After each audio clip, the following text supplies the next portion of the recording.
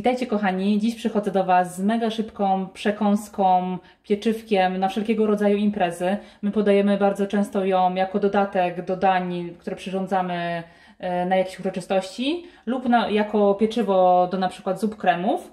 Jest ona mega szybka, jest przepyszna, wszyscy się nią zajadają.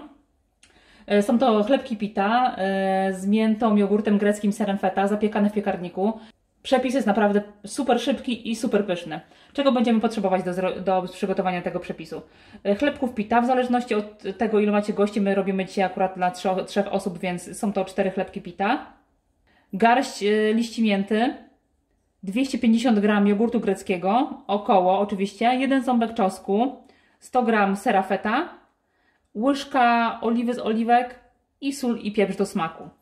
I od razu Wam powiem, że włączajcie sobie piekarnik na grzanie, nagrzewamy go do 200 stopni i za czym on się nagrzeje, chlebki będą już gotowe. Od czego zaczynamy?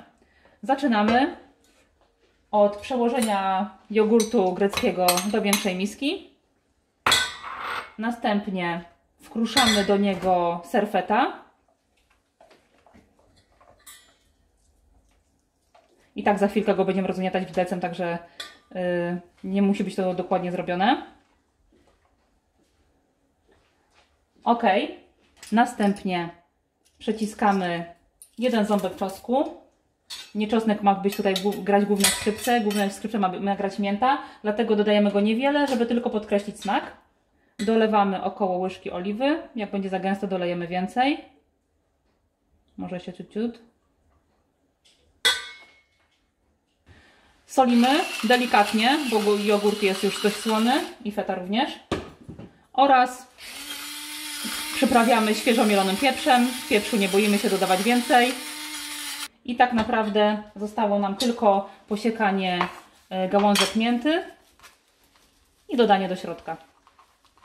Staramy się jakoś zwinąć i drobno siekamy.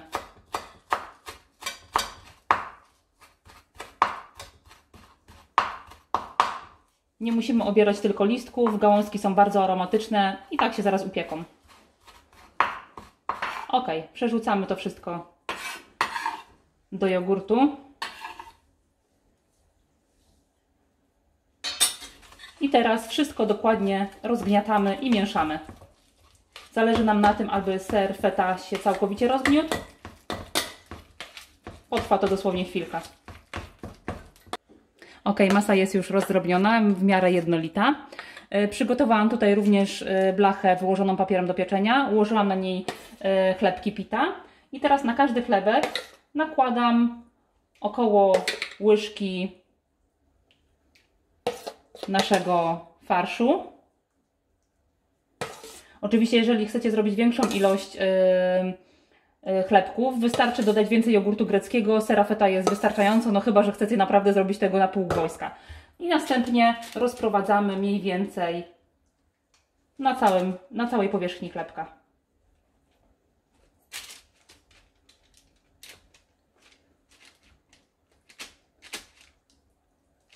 I tak przygotowane pieczywko ląduje w piekarniku na dosłownie 10 minut, do momentu, aż zacznie się złocić ten farsz i brzegi pity.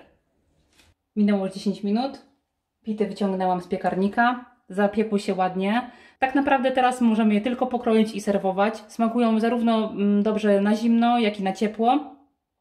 Kroimy je w zależności od uznania albo na ćwiartki, albo na paseczki.